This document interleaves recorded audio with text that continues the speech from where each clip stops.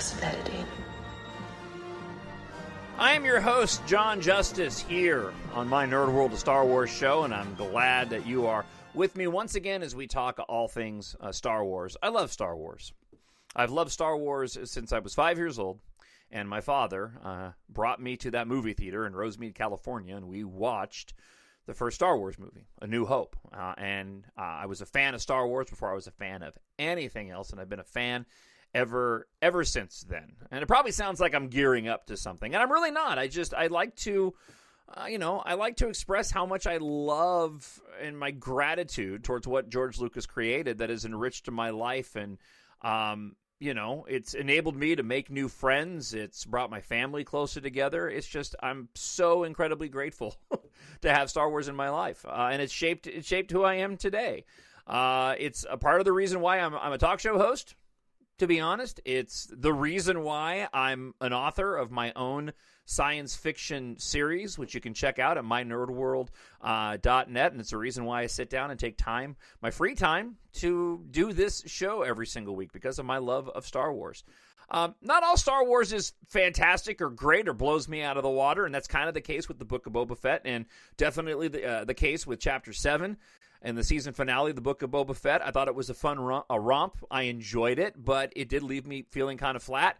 But that being said, it's still Star Wars, and I've still watched it twice, and I'll probably watch it many more times, even if I do have some criticisms about it. So let's get into it. There's a lot of ground to cover, a lot of rumors we talked about. We have stuff on Obi-Wan Kenobi, potential release dates for Andor, The Mandalorian Season 3, new projects underway that we're getting some leaks on. But let's start off with Chapter 7 of the Book of Boba Fett, the season finale of the series. And like I said, I'll start off by saying that, overall, I'll give the Book of Boba Fett a C+, B-. I think it was, I feel like it was a step down from what we got in The Mandalorian. I feel like there were moments of greatness, but those moments of greatness and great Star Wars content really ended up being the episodes of Chapter 5 and 6 that didn't have as much to do with Boba Fett. And a lot of this, again, it's always subjective when we're talking about these things, right?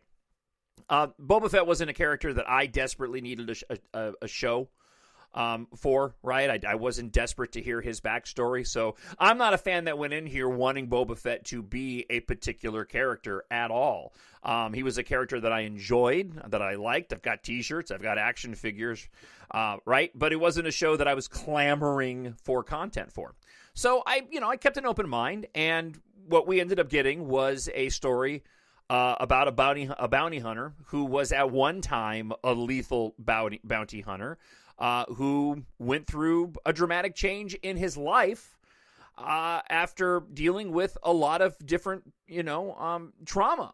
And that's what the story was about. It was about how Boba Fett went from being a bounty hunter at the time when he began his change and his story arc for the Empire, and ended up changing his ways. We talked about on the show the difference in the Boba Fett that we saw in The Mandalorian Season 2 to the Boba Fett that we saw in the Book of Boba Fett. The Boba Fett we were introduced to in The Mandalorian was more in line with the Boba Fett that I think everybody expected. And I think that's jarring for a lot of people who get into the Book of Boba Fett, starting off with flashbacks of him climbing out of the Sarlacc pit, and then are introduced and are told this story of his befriending of Tusken Raiders and how it ends up changing him as a person, to ending the season 1 with him smiling with Fennec Shand on the streets of Tatooine, now being in charge of a grateful community. I don't think that was a story that a lot of hardcore fans of Boba Fett wanted. I enjoyed the arc. I'm more appreciative of Boba's arc, but I can also understand why some people would be bothered, because they wanted that character that they were introduced to that was the lethal assassin in the original trilogy. But I also think his story makes a lot of sense. And I've talked about this before. When you go back and you look at Boba Fett and the time that we spent with him from Attack of the Clones as a child into Clone Wars, we got those flashbacks early on in the season when he was in the back to tank of him watching Jango Fett leave And I think they did a very good job of explaining the transition of this character. But I also think that it was a bit of a gamble. And I mentioned this before, and I think it still rings true. I think that there was a lot of leeway given to Jon Favreau because of his success of 2 seasons of The Mandalorian for him to write this character this way, and I don't think that it landed for a lot of people.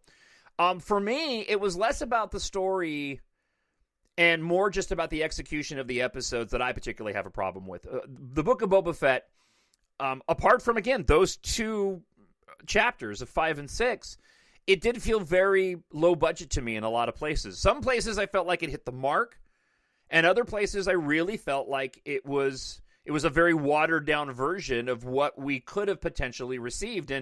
And it just, again, I think a lot of it comes down to directorial choices and the execution. And I think that Robert Rodriguez, and I've mentioned this before, I'm just not the biggest fan of his directing inside of Star Wars. His episodes seem to be my least favorite. So let me give you an example when it comes to Chapter 7. And I don't want to spend a lot of time on this. There were some things I really enjoyed about it, and I'll talk about that. But the war with the Pikes really, really felt flat to me. When you compare the battle in the final episode of Season 1 of The Mandalorian, where Moff Gideon shows up in the TIE Fighter, we've got that garrison, all of those stormtroopers, right? We've got the Death Troopers are there as well. We've got the Flame Trooper that was taken from a video game. That entire battle that took place felt more epic and more of a war than the war with the Pikes did. And that was probably always going to be difficult to execute because this is supposed to be a battle that's being waged inside this relatively large city on Tatooine, and how do you fill that space with that many Pikes, right? It didn't come off in an epic way that I had kind of been expecting. Okay, and again, that's just merely expectations.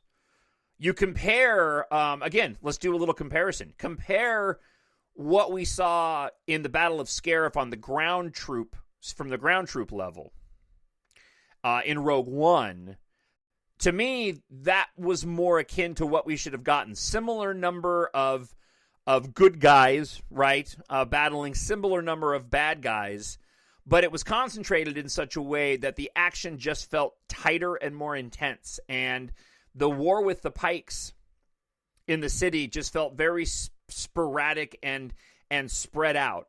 There was weird decisions being made by the characters, in my opinion. And this is a criticism that I've heard on some other shows, but why a lot of the characters chose to remain outside during so much of the battle, especially with the Scorpion-neck droids. There was 2 of them, right?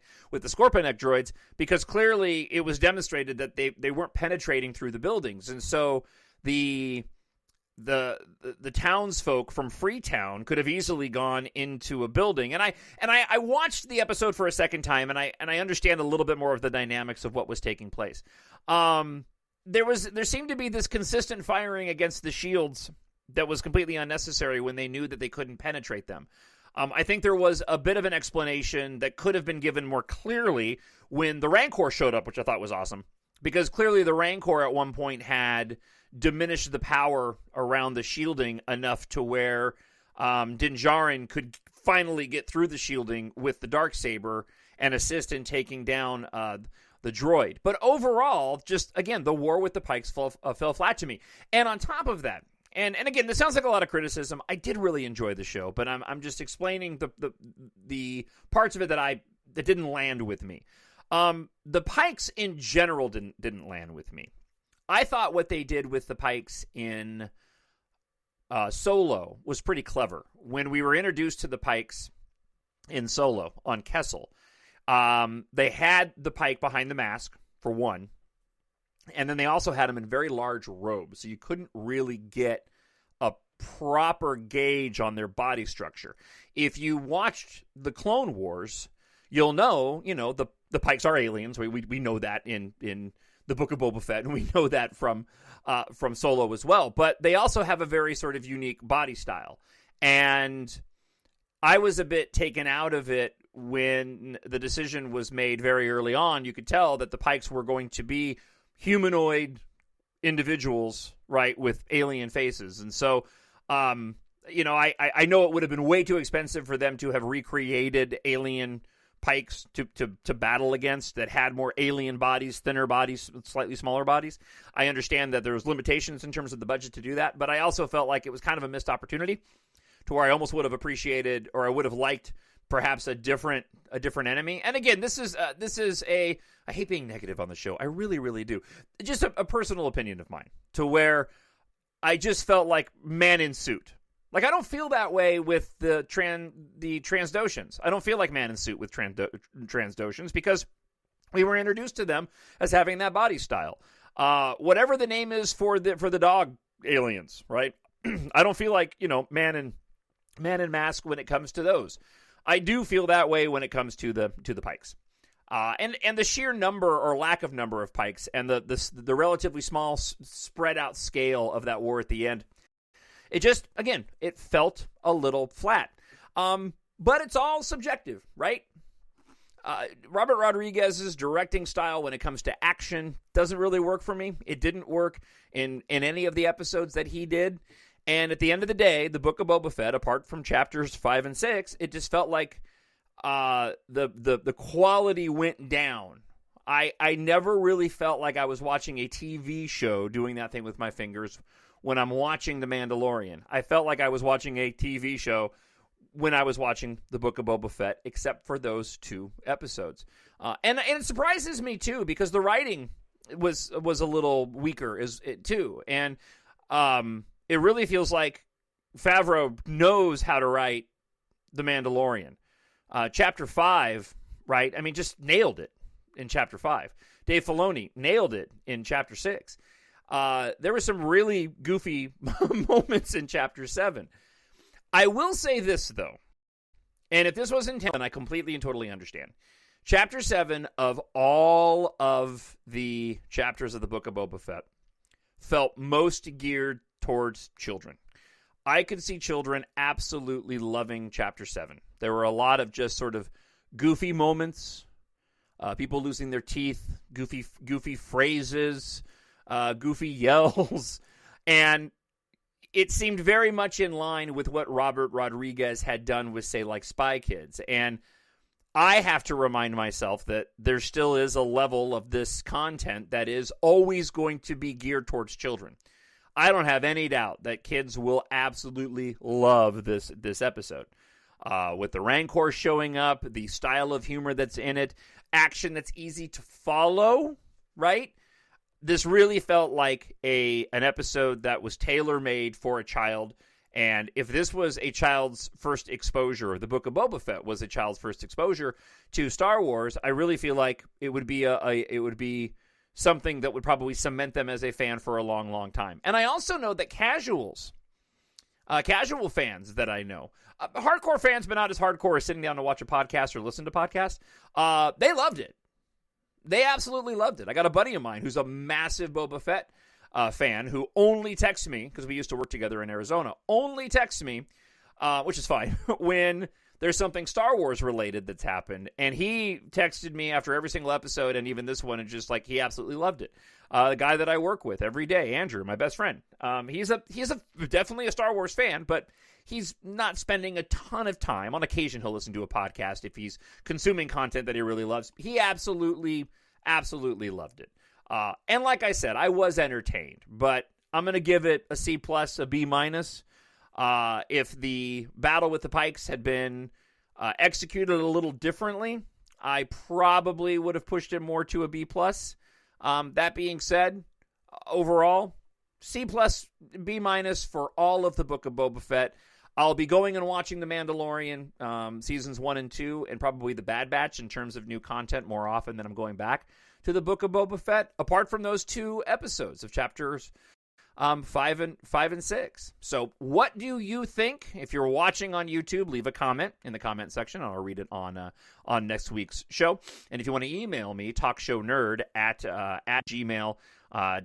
So let's talk a little bit about Luke and some information that was dropped on StarWars.com this week that clarified something that a lot of people, including this very show, was speculating about. This is not going to go the way you think. Posted on StarWars.com.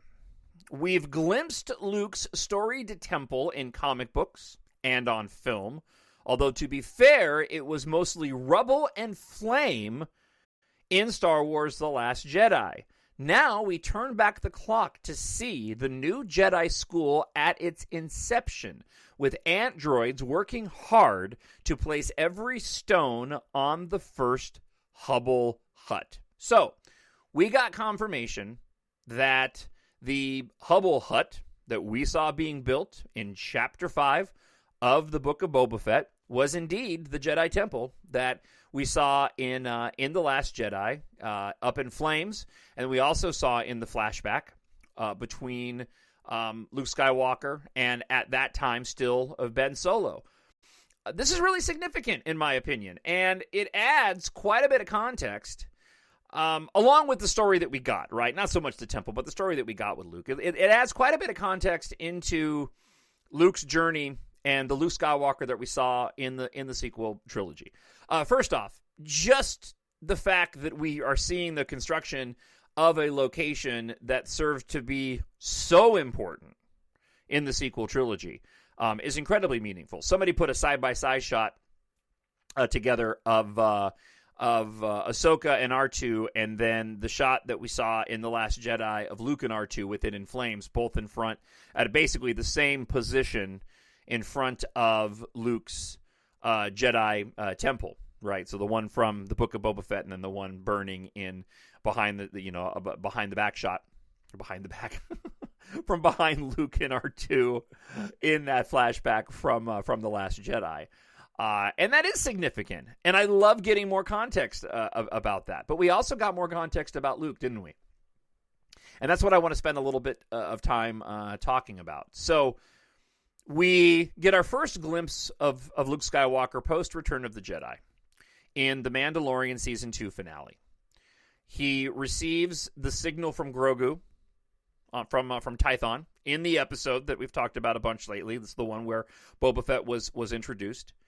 He arrives in the nick of time to the Imperial cruiser, and we see him ignite the green and take out the Dark Troopers, rescuing our heroes that we've enjoyed for 2 seasons now, and he's given Grogu by Din Djarin, and he leaves with Grogu. So our first glimpse of Luke Skywalker post-Return of the Jedi is the Jedi Knight that everybody, for the most part, everybody wanted to see, or that everybody expected, right? I am a Jedi, like my father before me. Taking Grogu is massively significant. Grogu is now going to be, right? And that moment is pivotal when it comes to Luke's story, and more so than perhaps I realized. Maybe other people did, but perhaps I realized when I first watched it. But this would be the first pupil, Padawan, that Luke would take to begin training a new generation of Jedi. It's a huge deal. And that's exactly what he does.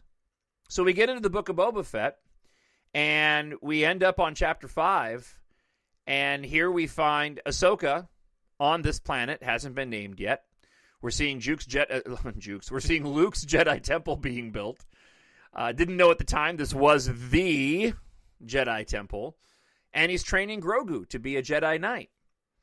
But it's not that simple. And this is where it gets interesting, right? Grogu, his very first pupil, his very first trainee, his very first Padawan, Luke's torn.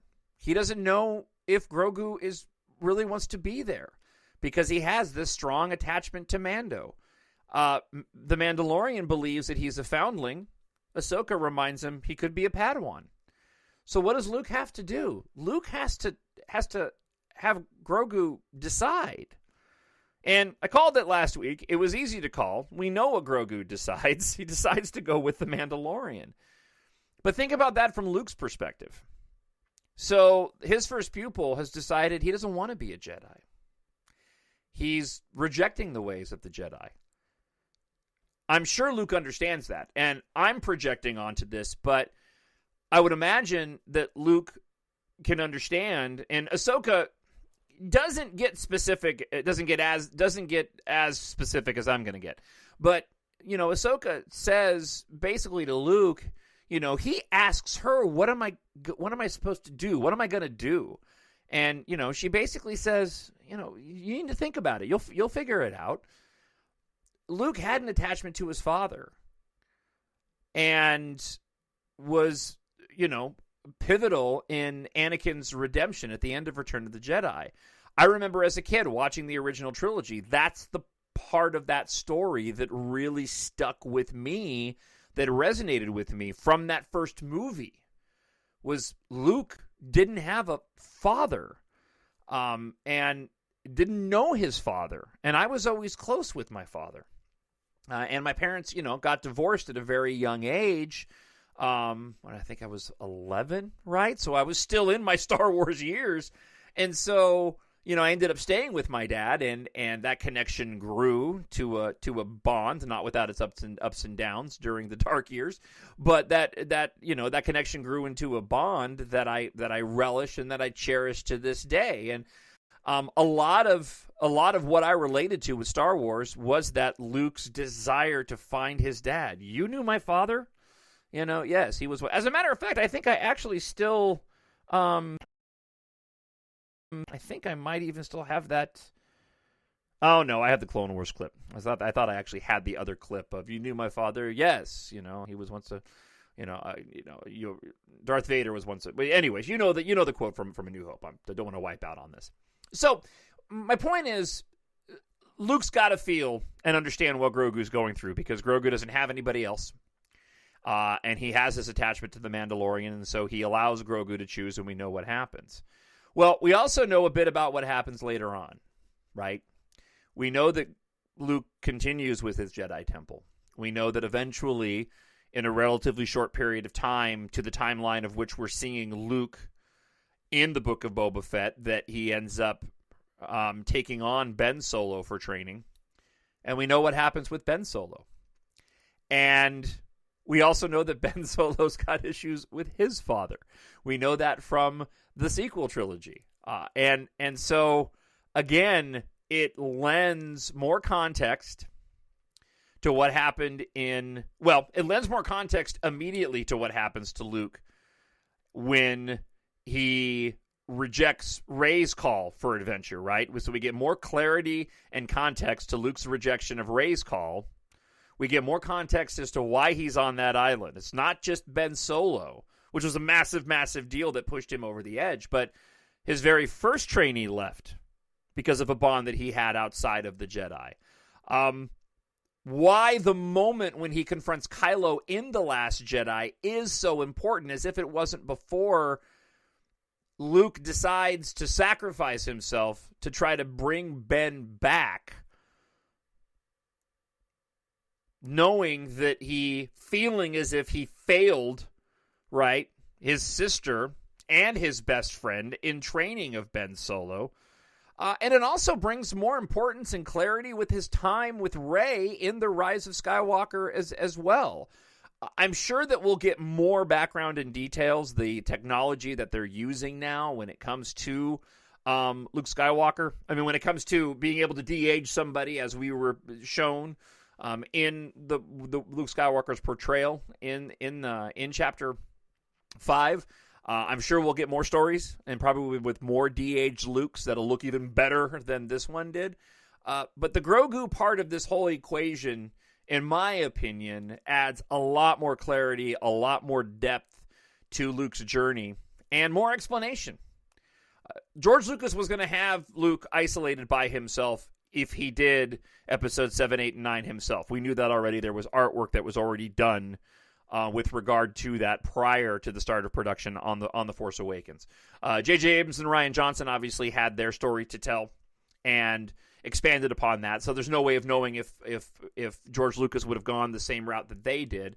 But be that as it may, for all the issues that people seem to have with The Last Jedi, what we were given in the Book of Boba Fett, in Luke's story and Grogu's story, and his choice to stay with the Mandalorian, to me, just really enriches the storytelling of the sequel trilogy even further, which is great for me because I love the sequel trilogy. I love all three of those movies, and we'll talk a little bit more about this in listener feedback. Had a question with regard to the cohesiveness again of the sequel trilogy, and I'll share my thoughts. But if that doesn't serve as the example of the Book of Boba Fett and sort of my thoughts on it, where I actually ended up spending more time about Luke in a previous episode than I actually did the season finale, I think that kind of explains sort of where that show hit the mark for me.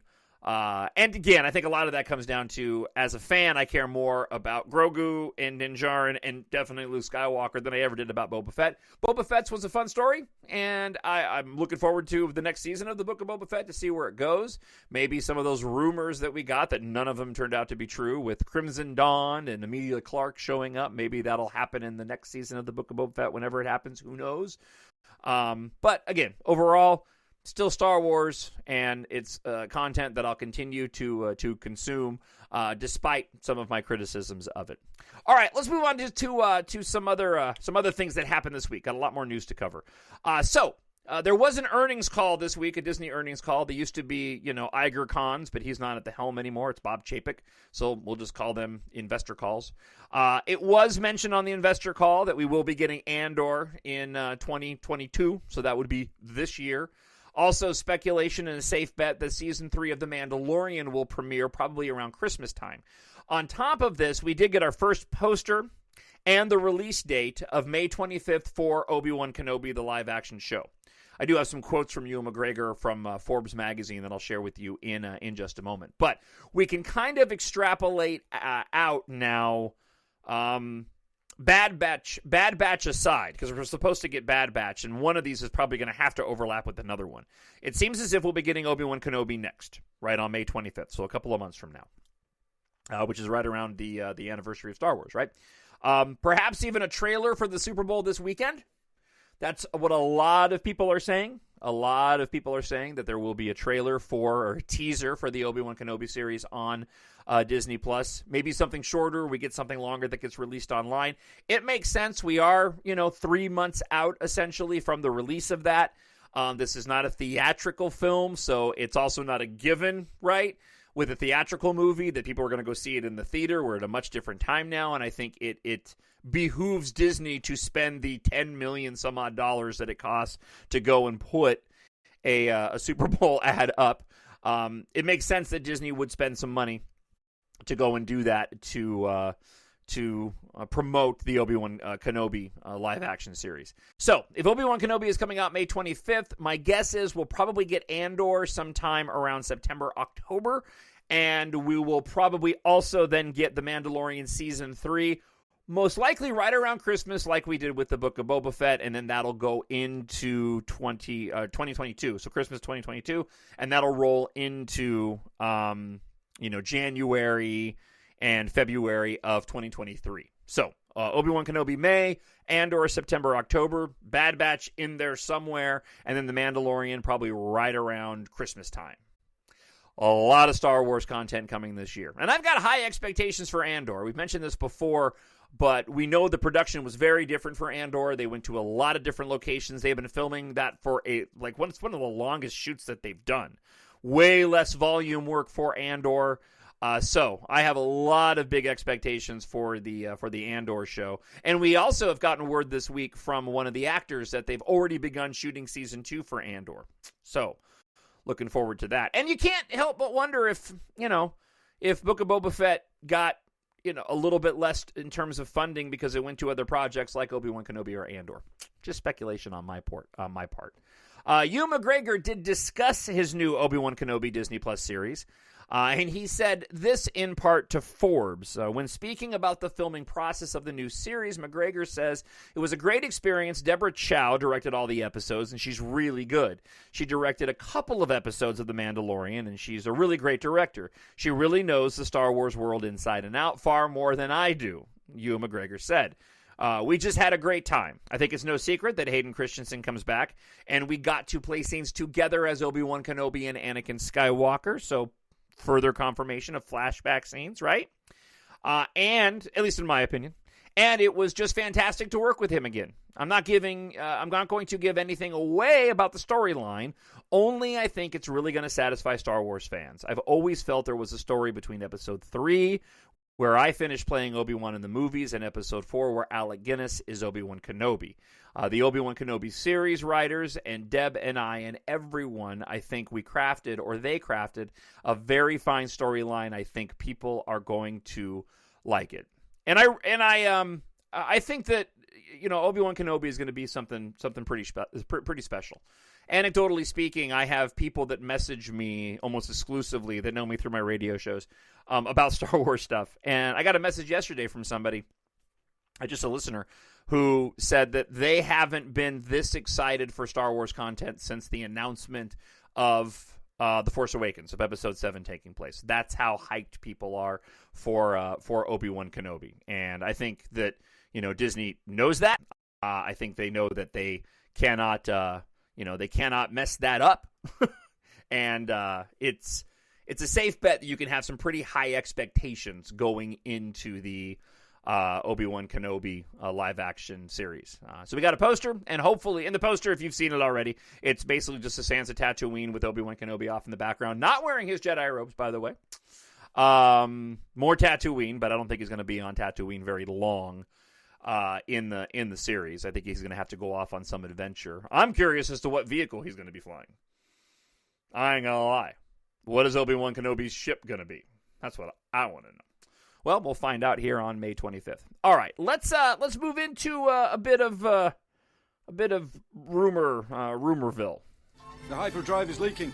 It doesn't necessarily fall into leaking category, but I guess it could. This comes from Bespin Bulletin. In the latest issue of Production Weekly, a mystery Star Wars project with the working title Grammar Rodeo has been revealed to film in June. Production Weekly added no additional details outside of the working title and the month the project is set to film. I was told a number of weeks back by my sources that there is an unannounced project on the calendar, but I wasn't told when the project would film, or what it was about, or who was attached. The only things I was told is that a familiar name was attached. They don't believe it to be set during the Mandalorian timeline, and that the shoot will take place at the Manhattan Beach studios. I rounded off multiple possibilities to my sources, including The Acolyte, Lando, and other announced projects, along with other rumored projects, including Saw Gerrera and a Partisans series. So the Partisans were the faction that was working with Saw Gerrera. I actually have a Partisan X-Wing fighter that you only got to see crashed in Rogue One. It is in some concept art. And I think you can barely see like the nose of it in one shot as they're escaping. If they're escaping on Jeddah after the Death Star blasts at it. But all of those were met with a resounding no.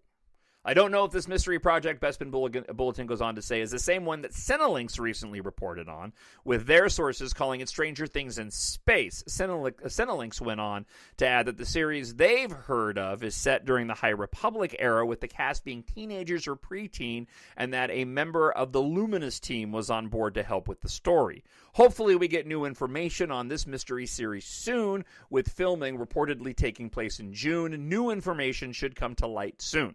As always, stay tuned to Bespin Bulletin for any and all updates online. And, of course, here to my Nerd World, a Star Wars show, and I'll give you details there. Now, on top of this rumor, and I have no idea what this could be, right? We were told that something was going to be taking the place of Rogue Squadron, and nothing was ever announced, so who knows? Joanna Robinson, she's from Vanity Fair. She's now with The Ringer. She, on one of the latest Ringerverse podcasts about the book of Boba Fett and the finale, Joanna Robinson mentions that she's heard whispers that Lucasfilm is interested in and building towards the idea of a post-sequel trilogy Jedi Order that's truly apart from the old one and actually embraces attachments. Basically, what some expected the sequels to be about. Joanna doesn't sell herself as a leaker. She's a respected, incredible reporter in the entertainment industry and has tons of sources at Marvel's. She's writing a book about the history of the MCU. and the rest of Disney. But she does drop these nuggets from time to time. The Ringerverse, and I got this off of Reddit, the Ringerverse podcast was talking about their wish to see an actual Jedi Order that learned from their mistakes, and that you can fill an entire stadium with ideas that Lucasfilm has been interested in but also never realized. But I think the Mando saga is clearly planting seeds of this idea so that it can take fruit later on in more TV series and films. And I'll just add one little nugget to this. There is no legit connection at all, but just the fact that we do know that Daisy Ridley did have a lunch at some point in time within the past several months with Kathleen Kennedy. So, who knows? Take that for what it's for what it's worth. All of it means that we're getting Star Wars. And this goes back to how I started the show off this week, of how much I love Star Wars, and we're going to be getting Star Wars for ever. And some of it's going to be great, some of it's going to be just okay, some of it for people it's really, really bad. Either way, I'm just happy to get Star Wars content. And I'm also happy to hear from you. TalkShowNerd at gmail.com, or leave a comment, as always, up on YouTube if you're watching on YouTube. And we do have quite a bit of listener feedback to dive into this week, so let's get to it. I need someone to show me my place in all this. All right, friend of the show, Shlomo, writes this. A Douglas Trumbull died on Monday. You should give him a shout-out on the podcast. It's a very good idea, Shlomo, and I appreciate you letting me know. I did hear about this as well. So, for those that aren't aware, Douglas Trumbull was a legendary film pioneer of visual effects who worked on 2001: A Space Odyssey, Close Encounters of the Third Kind, Blade Runner, the first Star Trek movie. He died at age 79. His death was announced by his daughter in a Facebook post. He died on Monday night after a 2-year battle with cancer, a brain tumor, and a stroke. Trumbull is considered one of the early wizards of movie visual effects, having pioneered the look of futuristic computer screens through animation in Stanley Kubrick's 2001, helping to create the gloomy dystopian cityscape of Los Angeles in Ridley Scott's Blade Runner. Some of his other credits include The Andromeda Strain, Close Encounters of the Third Kind, more recently The Tree of Life, The Man Who Killed Hitler, and then Bigfoot. He also directed several features that were championed for their visual effects, including Silent Running and Brainstorm. Yeah, if you've watched any documentaries about special effects in science fiction, rarely do any of them not mention Douglas Trumbull. So may he rest in peace. Thank you, Shlomo, for that. That was a good suggestion, and I appreciate it. Friend of the show, Brian Martin, always has an interesting question, especially with regard to the sequel trilogy, writes this. In what ways does the sequel trilogy actually feel like a true trilogy instead of each installment being its own separate thing? How do the 3 movies tie into each other as one cohesive piece in terms of the overall story? He also says, having an overall story, I mean. For example, the prequel trilogy is overall about the tragedy of Anakin Skywalker and the fall of the Galactic Republic. What is the sequel trilogy about? All right, so let's get back to his first question here. And again, I'm going to put this out there. This is all subjective, man. If it doesn't work for you, it doesn't work for you. It works for me, though. So, first off, in terms of the sequel trilogy telling a cohesive story, I've covered this ground before, but I'll do it again, and I'll be quick. The Last Jedi literally continues exactly where The Force Awakens leaves off. So, there in and of itself, if you're starting off with the Force Awakens being a story, The Last Jedi picks up exactly at the end of The Force Awakens. It expands on all the main characters, Rey, Kylo, Ben, Solo, Finn, and Poe. And The Rise of Skywalker wraps up all their arcs and answers all the questions, okay, in my opinion. In terms of having an overall story, prequel trilogy is overall about the tragedy of Anakin Skywalker, Fall of the Republic. What is the sequel trilogy about? So, you go into the original trilogy, and it's the hero's journey, right? Luke Skywalker, Fall of the Empire, redemption of Anakin Skywalker. For the sequel trilogy, it's a hero's journey, except this time the hero is Rey, from scavenger to Jedi Knight. I am all the Jedi. Fall of the First Order, and the redemption of Kylo Ren. They all fit nicely together. It tells a cohesive story beginning to end. I know a lot of people don't like certain beats of those stories. And I'm not trying to be glib here at all. I never, ever had an issue with the sequel trilogy feeling like each installment was its own thing.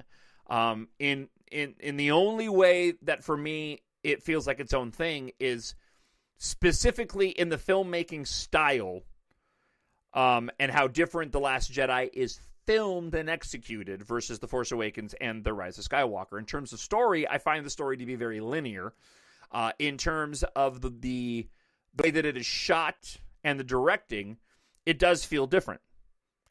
You watch The Last Jedi, and it's more like eating a juicy steak, in my opinion, where you get into The Rise of Skywalker, and it is the most amazing bucket of zebra chocolate dripped popcorn you could consume, right? It's just pure enjoyment, in my opinion. So that's the only difference. It's just in terms of filmmaking. And even saying that, I feel like The Rise of Skywalker does a very, very good job of taking what J.J. Abrams did in pulling back in how he normally shoots films in The Force Awakens, giving it more of an original trilogy Star Wars vibe, simpler camera shots, to where we get this incredible cinematography in The Last Jedi and the way that Rian Johnson framed those shots. I really feel like J.J. Abrams pulled elements from what Rian Johnson did and what he did, and then created something that at the end of the day actually builds on itself, to where The Last Jedi feels much different than The Force Awakens, but by the time we get to The Rise of Skywalker, it seems to actually make sense in terms of the look of the films. So, Brian, as always, I appreciate you reaching out, and I hope that answers your question. Friend of the show, Javier, writes, I just watched the last episodes of the Book of Boba Fett, and I have to say they blew my mind. Okay? I did not expect that at all. I loved this Luke, completely different from the last chapter of The Mandalorian. Also, Ahsoka was a present, my goddess, right? I imagine Mandalorian Season 3 continues from the end of Boba, right? And I'm not forgetting Cad Bane. No more words, just thanks, Filoni. Regards, Javier. So, obviously referring to Chapter 6 here in his email. Yeah, I didn't even talk about, I guess I didn't even get into the Cobb Vanth, not dead. Knew that wasn't going to happen. And I don't think the Cad Bane is dead either. His little thing was still ticking on his jacket at the after he got stabbed by Boba with the gaffy stick like a bantha. All right, lastly, ZBH writes, I like that this show has so many different characters and directions that it has gone. Unpredictably is a plus for a series like this. Also, people griping about Boba Fett not having enough screen time is confusing to me. That was confusing to me as well.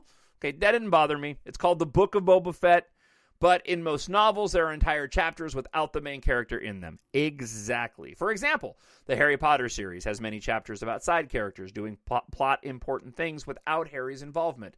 Plus, there were 4 episodes with Boba Fett as the lead, so a change of pace was a good idea.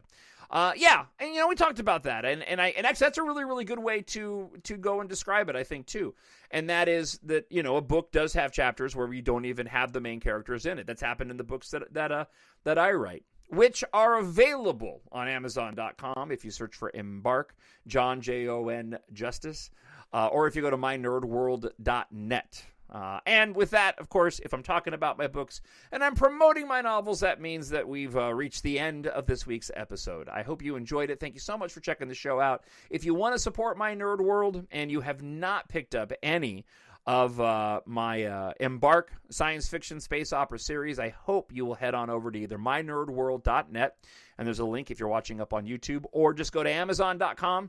Ebook, paperback, and audiobook now available for every book released. Just released, finally posted this week, is the audiobook for EMBARK.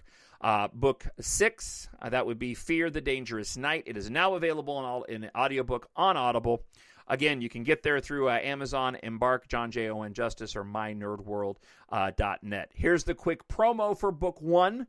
The stars are within reach. Interstellar travel is now possible with global corporations D Corp and Entercon providing air and space flight to all humanity. But when an industrial accident inside D Corp sets off a catastrophic chain of events threatening all of Earth, the global evacuation begins. Amid the growing chaos, Taft Guardia, Keith Amaro, and a ragtag squadron of pilots discover a mysterious device. as the ruthless Sin Argum of D-Corp, with an armada of starships at his disposal, attempts to exploit the disaster. Taft and Cather realize that they alone hold the key to saving humanity from the tyranny of D-Corp's evil leader. Ebooks are $2.99 or less. You can get the first 3 books in a trilogy box set in ebook for $3.99. Also, paperbacks, hardcover, and audiobooks, all priced to sell, available at Amazon.com, and good for all ages. Children as young as 11 to 80 have enjoyed my stories, boys and girls. So I really hope if you want to support the channel, if you want to support the podcast, this is the way to do it. Go pick up your preferred copy, and I hope you enjoy it. And leave a review, please. I need reviews. Always need reviews. So thank you so much for checking the show out this week. What are we going to talk about next week? I have no idea, but I'm sure there'll be something to discuss. In the meantime, I want to hear from you. TalkShowNerd@gmail.com. TalkShowNerd@gmail.com. Go and drop me a message. Let me know what you thought of everything that I shared this week on the show, and I will share your thoughts on listener feedback next week. Until then, have yourself a fantastic week wherever you are. I hope you are happy, you are healthy, and you are safe. Bye. The Force will be with you, always. My Nerd World.